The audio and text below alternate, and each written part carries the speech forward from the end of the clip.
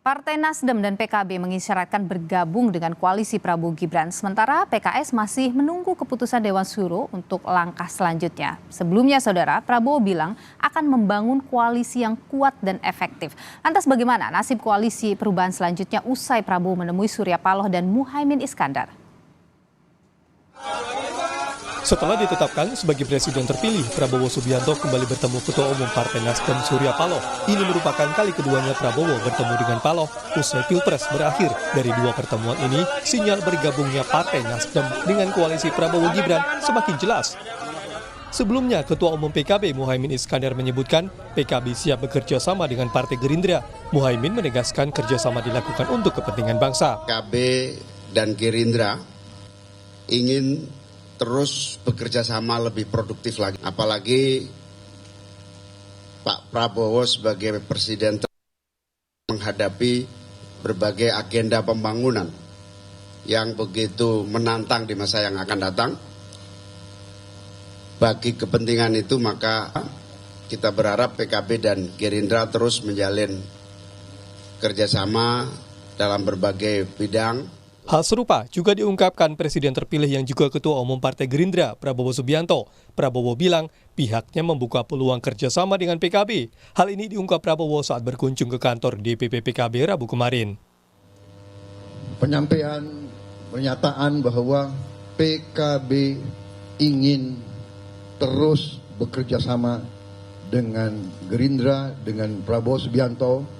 Meski belum ada penegasan, namun Ketua Umum Partai Nasdem Surya Paloh mengisyaratkan Nasdem akan bergabung dengan koalisi Prabowo Gibran. Usai putusan MK Senin kemarin, Paloh bilang jika ada opsi selain bergabung dengan Prabowo Gibran, Nasdem akan mempertimbangkannya. Ada usulan lain selain merapat ke pemerintahan? Coba. Ada usulan? Kalau ada usulan boleh kita pertimbangkan juga. Itu yang pertama, kita bisa pertimbangkan itu. Kalau enggak ada usulan lain, ya apa sebenarnya yang lebih baik bagi Nasdem dengan spirit dan semangat seperti apa yang saya utarakan tadi. Rabu kemarin KPU menetapkan Prabowo Gibran sebagai presiden dan wakil presiden terpilih. KPU menyatakan Prabowo Gibran menang setelah memperoleh 96.214.691 suara atau 58,59% dari total suara sah. Dari laman KPU yang diolah Litbang Kompas, perkiraan jumlah kursi DPR 2024 hingga 2029, parpol pendukung Prabowo Gibran antara lain Partai Golkar mendapat 102 kursi, Partai Gerindra 86 kursi, Partai Demokrat 44 kursi, dan PAN mendapat 48 kursi. Sedangkan parpol pendukung Anies Muhaimin antara lain PKB mendapat 68 kursi, Partai Nasdem 69 kursi, dan PKS mendapat 53 kursi. Sementara Ganjar Mahfud dari PDIP mendapat 110 kursi. Berbeda dengan pasangan Anies Muhaimin, pasangan Ganjar Mahfud justru absen. Pada acaranya digelar KPU tersebut, Anies bilang kehadirannya bersama Muhaimin untuk menghormati proses bernegara, meski pihaknya menggarisbawahi banyaknya catatan saat sidang MK mengenai pelaksana Pilpres lalu. Sementara itu, PDIP mengisyaratkan akan berada di luar pemerintahan nantinya. Ketua DPP PDIP Komarudin Watubun bilang parpolnya cenderung berada di luar pemerintahan. Namun demikian, PDIP menegaskan hubungan antara Megawati dan Prabowo tak ada masalah.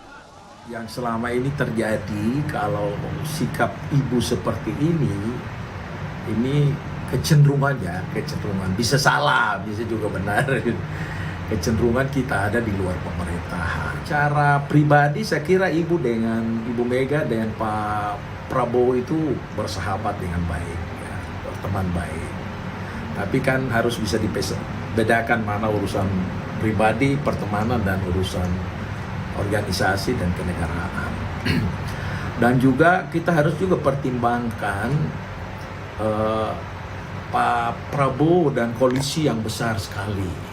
Koalisi besar di sana, mereka sudah berjuang dengan susah payah dari awal, lalu di ujung kita bergabung di sana itu juga bisa mengganggu konsentrasi koalisi dan kesepakatan yang sebenarnya sudah terjadi. Hingga kini belum ada penegasan dari Ketua Umum Parpol Koalisi Perubahan. Apakah koalisi ini masih berkoalisi atau oposisi? Namun Partai Nasdem dan PKB telah mengisyaratkan bergabung dengan koalisi Prabowo Gibran. sementara PKS menunggu keputusan Dewan Syuro untuk menentukan sikap selanjutnya. Tim Liputan Kompas TV.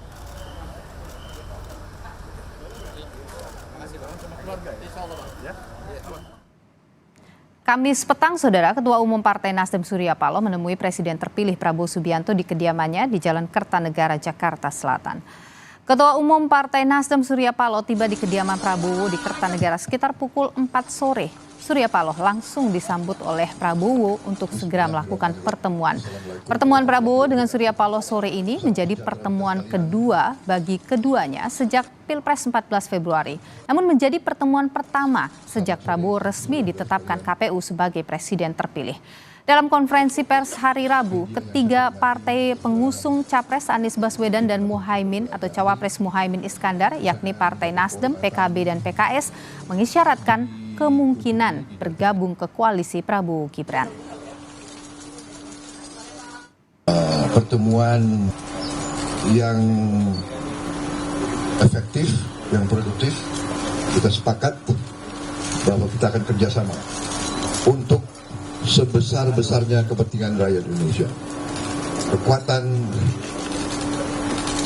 Semua kekuatan yang bisa bergabung untuk bekerja untuk rakyat, memberi suatu pemerintahan yang kuat dan efektif di tengah dinamika dunia sangat dinantikan oleh rakyat kita. Saya kira itu dari saya. Jadi terima kasih. Spirit, semangat, keikhlasan hati, jiwa besar para elit-elit bangsa ini, itu adalah merupakan modal utama. Partai Nasdem dan PKB mengisyaratkan bergabung dengan koalisi Prabowo Gibran. Sementara PKS masih menunggu keputusan Dewan Syuro untuk langkah selanjutnya. Lantas, bagaimana nasib koalisi perubahan selanjutnya usai Prabowo menemui Surya Paloh dan Muhaimin Iskandar? Kita perbincangkan dengan politisi Partai Gerindra, Wihadi Wianto, dan juga ada politisi Partai Nasdem, Bestari Barus, serta pengamat politik dari Universitas Hasanuddin Hasrullah. Saya ingin menyapa dulu Bung Bestari, kemudian Bung Wihadi, dan juga Pak Hasrullah. Sehat selalu. Sehat. Selamat malam, sehat. Sehat semua. Oke, saya ingin ke Bung Wihadi dulu ini bicara soal pertemuan Nasdem kemudian kemarin dengan PKB. Apakah memang dua partai ini sudah dipastikan akan bergabung dengan koalisi Prabowo Gibran? Ya, kita barusan saja melihat pertemuan Pak Prabowo dan Pak Surya Paloh, dan dari apa yang sudah disampaikan tadi hasil pertemuan, Nasdem sudah mendukung dan bergabung dengan pemerintahan yang baru, dan itu adalah kita sama-sama tadi juga mendengarkan dari Pak Surya Paloh maupun Pak Prabowo. Artinya memang Nasdem sudah mengatakan akan bergabung. Nah, mungkin proses lebih lanjutnya saya kira sudah ada tim yang nanti membicarakan antara Nasdem dan Gerindra. Jadi kalau tadi sudah jelas. Oke, kalau PKB? Nah, kalau PKB kemarin, pertemuan kemarin dengan Gus Muhaimin, di situ belum secara ada satu statement yang jelas, tetapi sudah ada juga tanda-tanda dan juga sudah ada, boleh dikatakan sudah menuju ke arah sana, karena bagaimanapun juga dari Ketua PKB juga Gus Muhaimin sudah menitipkan 8 agenda perubahan yang disampaikan. Artinya kan memang sudah ada satu komitmen, dan kalau dari apa yang disampaikan Pak Prabowo maupun Gus Muhaimin dalam pidatonya kemarin, itu symmetrinya sudah menyatu. Jadi kalau ini kan sebenarnya antara Gerindra dan PKB ini kan ya ini istilah anak sekarang CLBK lah. CLBK benar. Tapi Bung Wihadi begini, apakah kalau misalnya nih Nasdem PKB gabung masih mau nambah koalisi lagi atau cukup di situ? Ya, ini satu hal yang boleh dikatakan Pak Prabowo selalu mengatakan bahwa ingin mengajak semua elemen bangsa membangun bangsa. Anak-anak bangsa ini diajak untuk membangun bersama-sama bangsa ini, dan Pak Prabowo juga selalu menekankan bahwa adanya koalisi yang kuat untuk pemerintahan yang kuat juga, sehingga apakah memang nanti dilihat bahwa dengan koalisi yang sekarang ini juga sudah dianggap bahwa merupakan koalisi yang sudah cukup kuat, tapi apakah nantinya bahwa kita ingin membangun semua bangsa, kita ada semua membangun semua bangsa. Jadi membangun anak-anak bangsa, membangun ini kan tidak harus kita menjadi satu. Jadi koalisi. terbuka saja begitu ya Bung Wihadi ya. Saya ingin ke Bung Bestari, apa sih yang deal-dealan yang diharapkan oleh Nasdem ini setelah kemudian bertemu dengan Pak Prabowo hari ini? Ya, saya kira kalau dibilang deal-dealan, masa Nasdem pakai deal-dealan kan? Nasdem itu selalu tanpa mahar, tanpa syarat. Nah, cukup jelas tadi apa yang disampaikan oleh Bang Surya, Ketua Umum kami, bahwa Partai Nasdem itu ingin memposisikan diri mendukung pemerintahan ke depan. Nah, tentu orang banyak bertanya, seperti apa bentuk dukungan itu? Apakah deal-dealan? Saya kira itulah yang akan menjadi bahasan internal Partai Nasdem, akan seperti apa bentuk dukungan ini. Tidak selalu kemudian merujuk kepada rutinitas pembagian kekuasaan dan sebagainya. Biarlah apa yang tadi diisyaratkan oleh masing-masing dua negarawan ini dibahas di masing-masing internal, apa sih kontribusi dari masing-masing pihak nantinya untuk membawa bangsa ini menjadi lebih baik ke depan gitu. Syukur-syukur ada agenda-agenda restorasi yang bisa didorong untuk kemajuan bangsa juga, kan itu akan lebih baik gitu. Ketimbang kita bicara sekarang pragmatis gitu, saya kira nggak seperti itu. Oke, jadi artinya masih ada yang didiskusikan di internal Nasdem untuk kemudian mau mendukungnya itu dalam bentuk seperti apa, tapi dipastikan ada di dalam pemerintahan Prabowo Gibran, begitu ya Bung Bestari ya? Yang disampaikan tadi sudah cukup jelas bahwa Nasdem ingin berposisi bersama-sama sebagaimana yang diisyaratkan oleh Pak Prabowo untuk bangsa ini ke depan dengan semua pihak, dengan semua stakeholder yang ada. Jadi mudah-mudahan pemerintahan ke depan adalah pemerintahan terpercaya yang bisa membawa amanah untuk kebaikan bagi seluruh bangsa. Oke, jadi koalisi perubahan sudah bubar ini Bung Bestari? Koalisi perubahan pada hari ini kita kan melihat nih banyak sekali kunjungan, saling kunjung antar elit politik, ya satu partai dengan partai yang lain terjadi. Nah, mudah-mudahan dalam waktu yang tidak terlalu lama atau menunggu waktunya nanti masing-masing partai politik yang tergabung dalam koalisi-koalisi itu bisa bertemu kemudian membahas akan kemana ini. Nah, tunggu waktu saja. Oke, baik. Saya ingin ke Pak Hasrullah. Pak Hasrullah, bagaimana Anda melihat kemudian, ya kalau kita bicara Pilpres selesai, bertemu antar elit partai adalah hal yang biasa, mungkin juga bisa meredakan konflik di bawah, tapi membentuk satu koalisi dengan yang di luar koalisinya saat pertarungan kemarin, itu hal yang baik-baik saja, positif, hal yang bagus, koalisi jadi begitu besar.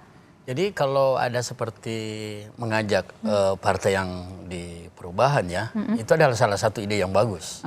Untuk supaya pemerintahan ini yang baik Gibran maupun Pak Prabowo bisa bersama-sama gitu. Dan kalau kita lihat apa yang dilakukan Prabowo ini saya kira juga mencari teori homofili dalam politik, mencari kesamaan-kesamaan. Ya, kalau Surya Paloh dengan Pak Prabowo kan sama-sama di Golkar, sudah sejak awal akarnya sudah enak dia berbicara gitu. Kemudian begitu juga dengan Cakmin gitu, yang sudah lama bersama-sama sehingga barangkali yang pertanyaan yang paling penting lagi, ya biasalah dalam politik, bagaimana kue politik ini dibagi, sehingga ya oke lah sudah selesai pertandingan. Cukup bahasa psikologi politik yang dinampakkan oleh Pak Prabowo itu luar biasa di publik. Sampai-sampai dia memeluk Anies Baswedan. Dan ini saya kira menenangkan opini publik. Jadi selanjutnya barangkali ya deal-deal politik, kunjungan atau komunikasi ulang alik itu tetap harus dilaksanakan sampai pemerintahan ini terbentuk. Dan itu akan ya orang-orang akan akhirnya kan dicari kepada siapa yang mendapat apa gitu dalam teori politik seperti itu gitu.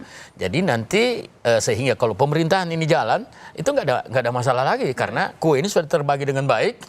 Semua sesuatu yang diinginkan tercapai sehingga apa yang diinginkan oleh Prabowo itu sebagai koalisi yang lebih besar, saya kira nggak ada masalah. Yang koalisi penting, gemuk itu tidak apa-apa. tidak Pemerintahan apa-apa. Ya, sepanjang aspirasi teman-teman, termasuk lawan politik. Sekarang tidak bisa lagi kita bicara lawan politik, ya karena dia sudah saling mengunjungi, melakukan silaturahmi, komunikasi ulang-alik.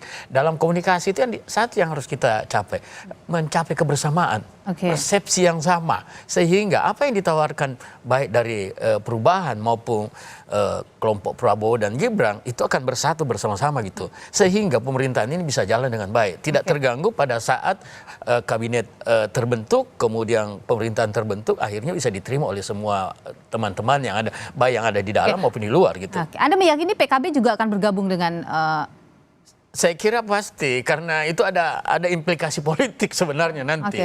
Kalau Cakmin tidak merapat, itu akan terganggu dalam kan saya melihat ada sesuatu yang harus dia pertahankan, Cakmin. Bagaimana tetap mempertahankan di tangan dia adalah kekuasaan PKB gitu. Ya, kalau tidak, ya tentu ada konsekuensi lain. Mungkin ada pergantian pimpinan, atau kalau ada ya namanya presiden juga punya jaringan, punya kemampuan. Jadi bergabungnya Caimin untuk mempertahankan kekuasaan di PKB bisa saja begitu. Bisa saja seperti itu, dan opini itu sudah terbentuk di publik gitu. Dan saya kira awalnya kan Caimin mau digadang-gadang sebagai wapres kan, tapi setelah situasi politik berbeda, tapi dia tetap menunjukkan dengan gestur, dengan kalimat-kalimat yang sifatnya menyejukkan. Itu artinya ada kesamaan-kesamaan yang berusaha disatukan dalam bentuk bagaimana membangun Indonesia lebih baik. Oke, baik. Saya ingin kembali ke Pak Wihadi dulu. Pak Wihadi, sebelumnya saya sempat berbincang dengan Ketua Umum PBB Yusril Iza Mahendra yang kemudian mengatakan bahwa bisa saja atau terbuka saja misalnya ada orang di luar atau partai di luar koalisi saat ini bergabung dengan kami, tapi jangan sampai kemudian meninggalkan yang sudah bekerja keras untuk kemenangan Prabowo Gibran. Nah, bagaimana itu Anda menyikapi statement itu? Ya, memang kami ini kan berangkatnya dari Koalisi Indonesia Raya. Anggota dari Koalisi Indonesia Raya itu kan sebenarnya juga banyak yang dari koalisi Pak Jokowi pada saat ini. Dan kemudian ada di luar daripada itu. Dan bagaimanapun juga penentuan daripada koalisi, kemudian setelah kemenangan ini dan segala macam, itu tentunya kita tidak akan melupakan koalisi yang sudah ada saat Indonesia Maju yang sudah ada. Dan saya kira permasalahannya bahwa kita semuanya itu akan berkomunikasi dengan anggota-anggota koalisi kita yang ada. Jadi hal seperti ini adalah merupakan suatu hal yang tidak menjadi sesuatu permasalahan yang menjadi besar, karena bagaimanapun juga kita melihat bahwa Pak Prabowo ini kan ingin melanjutkan. Jadi ada keberlanjutan dan penyempurnaan. Dan anggota koalisi yang ada sekarang ini, kalau kita bicara Nasdem, kita bicara PKB, ini adalah yang ada di koalisi Pak Jokowi saat ini. Jadi dan dengan PBB kan juga ada di koalisi Pak Jokowi pada saat ini. Jadi saya kira ini sebenarnya koalisi yang diulang saja dengan yang ada di Pak Jokowi, dan diulang oleh ada di Pak Prabowo yang akan datang. Jadi saya kira ini komunikasi yang sudah tidak lagi komunikasi yang saling bisa keterbukaan, komunikasi sudah ada, bukan lagi koalisi komunikasi yang saling mengintip atau apa, atau hal yang saling menjatuhkan, tidak, tetapi ini adalah yang sudah terbuka. Terbuka karena kita ini artinya semua parpol dalam koalisi Indonesia Maju kemarin itu sudah terbuka begitu ya Pak ya, dengan kemudian masuknya kalau ada partai-partai lain bergabung begitu. Artinya begini, koalisi Indonesia Maju yang sekarang ini dengan Pak Prabowo, ini kan sebenarnya ada di koalisi Indonesia Majunya Pak Jokowi juga. Jadi kan sudah ada komunikasi dari sejak awal, kan sudah terjalin komunikasi, dan saya kira sudah akan biasa bahwa komunikasi ini berjalan terus, jadi hanya mengulang koalisi yang ada aja sekarang. Oke, baik. Saya ingin ke Bung Bestari. Bung Bestari, sebenarnya begini, ketika kemudian ada kemarin berada di atau Nasdem berada di posisi yang berbeda dengan koalisinya Pak Prabowo kemudian bergabung, tentu ada dampak positif yang diharapkan suatu partai ketika bergabung ataupun di luar, ketika bergabung dalam satu pemerintahan. Apa yang diharapkan oleh Nasdem ini? Seperti yang saya sampaikan bahwa ini bungkusannya jangan dulu pragmatisme gitu, tetapi lebih kepada kebersamaan yang ditawarkan untuk sama-sama membawa kebaikan. Karena negara kita ini kan cukup besar, sehingga mungkin dibutuhkan effort yang besar juga dan bergabungnya berbagai pihak untuk bersama-sama. Apa yang diharapkan? Ya keadaan bangsa yang akan tentu lebih baik, dan kemudian masyarakat yang lebih sejahtera yang harus dicapai karena dikerjakan secara bersama-sama. Artinya harus ada kemudian kader-kader dari Partai Nasdem yang ikut dalam pemerintahan Pak Prabowo Gibran begitu kan? Ada mungkin jadi menteri dan sebagainya. Belum ada. Ya inilah lo ini. Belum. Nih lu selalu pancing-pancing arahnya kepada pragmatisme. Jangan dulu. Biarkan dulu. Kita bocorannya sedikit lah. Visinya jelas. Indonesia yang lebih baik. Baik. Bagaimana dia bergabung? Biarlah internal masing-masing itu mendalami apa peran masing-masing pihak. Kalau ada mau satu yang dikerjasamakan ataupun dikoalisikan. Jadi jangan buru-buru mengatakan bahwa ini bergabung pasti urusannya adalah menteri lah dan segala macam pembagian kekuasaan. Jangan itu dulu. Saya kira itu ya Pak Wiyadi ya. Iya betul. Tadi semuanya membangun, kita tuh membangun ya. Baik. Pak Asrullah, kalau ini adalah hal yang baik, bagaimana harusnya pemerintahan Prabowo Gibran ini kemudian singkat saja mengelola nantinya tentu semakin besar koalisi, semakin banyak riaknya. Jadi saya ibaratkan ini pesawat, the wind together gitu, semua harus bisa naik. Artinya tidak ada yang tersisa. Jadi jangan sampai koalisi ini ada yang ditinggal juga. Karena saya menganggap peran daripada nomor 1 dan nomor 3 itu cukup signifikan juga sehingga Prabowo bisa menang. Tapi saya melihat hal yang lain. Ada prinsip yang dimiliki oleh Pak Prabowo ya. Adalah bagaimana merah putih. Kemudian bagaimana the win together, kemenangan adalah kemenangan bersama. Sehingga tidak ada lagi friksi yang ditinggalkan. Kalau itu terjadi itu merepotkan buat pemerintahan yang baru gitu. Betul. Tentu itu tidak diinginkan. Tapi begini juga terakhir singkat saja Pak Hasrullah. Anda meyakini PKS dan PDIP akan menjadi oposisi di sini? Tergantung lobby-lobby yang dilakukan Prabowo. Kalau Prabowo dengan Ibu Mega nggak ada masalah karena punya kenangan manis, sama-sama pernah kalah di waktu dia Prabowo jadi wakil, Ibu Mega capres. Kemudian dengan PKS itu tergantung tawaran, transaksi bisa saja dilakukan sepanjang aspirasi itu tersalurkan juga. Tidak mau PKS akan tidak diperhatikan, tapi juga tidak mau dekat, tidak mau jauh. Yang penting saya anggap ini bisa saja malu-malu biasa ya. Di bawah mungkin saja sedang lobby-lobby juga dua partai itu begitu dengan Prabowo Gibran. Kalau memang apakah tidak terpenuhi dia punya keinginan, dia akan lakukan negosiasi. Makin alot itu biasa menambah kursi atau menambah kesempatan, opportunity politiknya ada gitu. Baik, Pak Hasrullah, pengamat politik dari Universitas Hasanuddin. Terima kasih sudah berbagi pandangan di Sapa Indonesia Malam. Bung Bestari, terima kasih. Dan juga Bung Wihadi, terima kasih sudah berbagi pandangan di Sapa Indonesia Malam. Sehat selalu Bapak-Bapak.